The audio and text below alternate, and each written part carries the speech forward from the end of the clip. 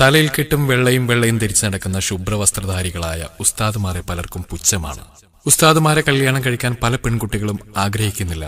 കാരണം അവർക്ക് ശമ്പളം കുറവാണ്, അല്ലെങ്കിൽ അവരാഗ്രഹിക്കുന്ന പോലെ ഒരു ജീവിതം ലഭിക്കില്ല എന്നൊക്കെയാണ് അവർ കരുതൽ.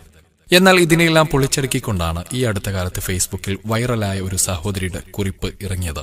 ആ കുറിപ്പ് നിങ്ങൾക്ക് മുന്നിൽ ഞാൻ വിവരിക്കുന്നു. അവതരണം ഷാഹുൽ മലയിൽ, സ്റ്റുഡിയോ എക്കോസ്റ്റ ആഡ് സിറ്റി, പാണ്ടിക്കാട്, തമ്പാനങ്ങാടി.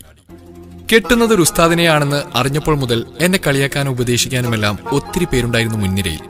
ആദ്യം ഉപദേശമായി വന്നതും സ്വന്തം ഇത്ത തന്നെയായിരുന്നു. നിനക്ക് വട്ടുണ്ടോടി പെണ്ണെ, വേറെ ആണുങ്ങളില്ലാഞ്ഞിട്ടാണോ? നിനക്ക് സ്വാതന്ത്ര്യം വേണ്ടേ? സാധാരണക്കാരനെ കെട്ടിയിട്ട് വരെ എനിക്ക് ജീവിക്കാൻ പറ്റുന്നില്ല. അപ്പോഴാ അവിടെ ഒരു ഉസ്താദ്. എന്തൊക്കെ ഉപദേശമായിരുന്നു. കൂടെ കൂട്ടുകാരികളുമെല്ലാം വന്നു, കളിയാക്കാൻ വേണ്ടി മാത്രം. അതെ, നീ നേരെ സ്വർഗത്തിലേക്കാണോ? അവിടെ വെച്ച് ഞങ്ങളെ കണ്ടാ നീ മിണ്ടോടി. ഇനി പർദ്ദയിട്ട് നിനക്ക് പെങ്കിനാവാലോ, നിന്റെ സൗന്ദര്യം മറിച്ച് ജീവിക്കാലോ. കളിയാക്കിയവരുടെയും ഉപദേശകരുടെയും വാക്കുകൾ കേൾക്കാൻ നിന്നില്ല ഞാൻ ആകെ അഭിപ്രായം ആരാഞ്ഞത് എന്റെ ഉമ്മയോടായിരുന്നു. ഉമ്മയുടെ മറുപടി ഇങ്ങനെയായിരുന്നു: നിനക്ക് തൃപ്തിയുള്ള ഉസ്താദായാലും പള്ളിയിലച്ചനായാലും നിനക്ക് മുന്നിൽ അവൻ എന്നും നിന്റെ ഭർത്താവായിരിക്കും. ആ ഒരു വിശ്വാസത്തിൽ തന്നെ എല്ലാം ക്ഷമിച്ച് വിവാഹം കഴിച്ചു. വിവാഹം കഴിഞ്ഞ് ഒരു വർഷത്തോളം എന്നെ തന്നെ പലരും വീക്ഷിക്കുന്നുണ്ടായിരുന്നു. പ്രശ്നങ്ങൾ ഉണ്ടാവുന്നതും കാത്ത് കണ്ണിൽ എണ്ണയൊഴിച്ചവർ കാത്തിരുന്നു. ഞാനൊരു മോഡേൺ പെണ്ണും എന്റെ കെട്ടിയവനൊരു ഉസ്താദും. തീയും മണ്ണെണ്ണയും ചേർന്നാൽ പിന്നെ സ്ഫോടനമാണല്ലോ ഫലം. പക്ഷെ എന്റെ ജീവിതം ഞാൻ പ്രതീക്ഷിച്ചതിലും സുന്ദരമായിരുന്നു. ഉസ്താദ് എന്ന് പറയുമ്പോൾ നല്ല കട്ട ഫ്രീക്കൻ ഉസ്താദ് തന്നെയായിരുന്നു ഞങ്ങളുടെ വീടിനുള്ളിൽ. എന്റെ സൗന്ദര്യം പ്രദർശിപ്പിക്കാൻ ഞാൻ ഇഷ്ടപ്പെട്ടത് എന്റെ ഭർത്താവിന്റെ മുന്നിൽ മാത്രമായിരുന്നു. പുറത്തെല്ലാം എന്റെ ശരീരം മറക്കേണ്ടി വന്നതിൽ സത്യത്തിൽ എനിക്ക് സങ്കടമല്ല തോന്നിയത്, സംരക്ഷണമായിരുന്നു. കാമക്കണ്ണുകളിൽ നിന്നും ക്യാമറ കണ്ണുകളിൽ നിന്നുമുള്ള സംരക്ഷണം. പിന്നെ ഒരു കാലത്ത് ആർക്കും വേണ്ടാത്ത താടി ഒരു ട്രെൻഡായപ്പോഴും എന്റെ ഉസ്താദിന് അതിനെല്ലാം മുമ്പേ താടി ഉണ്ടായിരുന്നു. നല്ല കട്ട താടിയും മീശയും. ശമ്പളം കുറവായിരിക്കുമെന്ന് ഇത്ത പറഞ്ഞത് ഓർക്കുന്നുണ്ട്. ഇന്ന് വരെ കിട്ടുന്ന ശമ്പളം എന്നോട് പറഞ്ഞിട്ടില്ല. ശമ്പളം കുറവാണോ എന്ന് ചോദിച്ചാൽ തിരിച്ചുള്ള ചോദ്യം ഇതായിരുന്നു: നിനക്ക് ഇവിടെ എന്തെങ്കിലും കുറവുണ്ടെങ്കിൽ അത് പറഞ്ഞാൽ മതി, എന്റെ ശമ്പളത്തിന്റെ കുറവ് നീ നോക്കണ്ട എന്ന്. ചിലപ്പോൾ ചില കാര്യങ്ങളിൽ ദേഷ്യപ്പെടാറുണ്ട്. ഉസ്താദും ഒരു മനുഷ്യനല്ലേ, ഇടയ്ക്കും ഞാനും വിട്ടുകൊടുക്കില്ല. എന്നാലും ഇന്ന് വരെ എന്റെ ശരീരം ഒന്ന് വേദനിപ്പിച്ചിട്ട് പോലുമില്ല.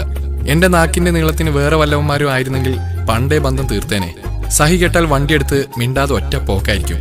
പിന്നെ തിരിച്ചു വരുന്നതും ദേഷ്യമെല്ലാം മാറിക്കഴിയുമ്പോൾ ചലനമില്ലാതെ വന്ന് എന്നെ പിന്നിലൂടെ ചിരിച്ചുകൊണ്ട് ആലിംഗനം ചെയ്യും. ഞാൻ എന്നാലും ഇല്ലാത്ത ദേഷ്യം മുഖഭാവത്തിൽ കൊണ്ടുവരും. അപ്പോഴും ഉസ്താദ് പറയും: നിന്നെ കെട്ടിപ്പിടിക്കുമ്പോൾ നിന്റെ മനസ്സ് വായിക്കാൻ പറ്റും. ചുമ്മാ എന്തിനാണ് പെണ്ണെ മുഖം വീർപ്പിച്ചു പിടിക്കുന്നത്? രാത്രി ഒരു ബുള്ളറ്റിന്റെ പിന്നിൽ ഉസ്താദിന്റെ ഒപ്പമുള്ള റൈഡ് ഒരു ഫ്രീക്കിനും തരാൻ പറ്റാത്ത ഫീലിംഗ് ആയിരുന്നു. രാത്രിയിൽ ഉസ്താദിനോട് ചേർന്നിരുന്നുള്ള കടലിനോടുള്ള സംസാരവും ഒരു ഫ്രീക്കിനും തരാൻ പറ്റാത്തതായിരുന്നു.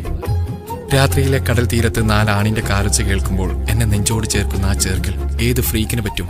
എന്റെ ഉസ്താദിനെ പോലെ സംരക്ഷിക്കാൻ എന്റെ ഹീറോ എന്റെ ഉസ്താദായിരുന്നു. എന്റെ ഇഷ്ടങ്ങളായിരുന്നു ഉസ്താദിന്റെ ഇഷ്ടങ്ങൾ. ഏറ്റവും വലിയ സന്തോഷം പുകവലി പോലും ഇല്ലാത്തതായിരുന്നു. ഏത് സമയവും നല്ല അത്തറിന്റെ സുഗന്ധം മാത്രം.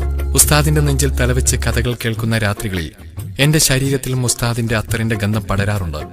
സന്തോഷമായിരുന്നു ജീവിതം. നമ്മൾ ഈ സിനിമകളിലൊക്കെ കാണുന്ന ജീവിതം നമ്മളും സങ്കല്പിച്ച് കൊതിക്കാറില്ലേ?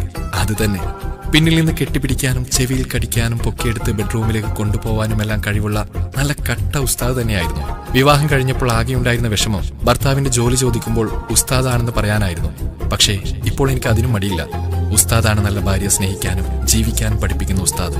കണ്ണിൽ എണ്ണയൊഴിച്ചിരിക്കുന്നവർ കാത്തിരുന്ന് മടുക്കട്ടെ. ഞങ്ങൾ, അതായത് ഞാനും ഉസ്താദും, പ്രണയിച്ച് തീർന്നിട്ടില്ല.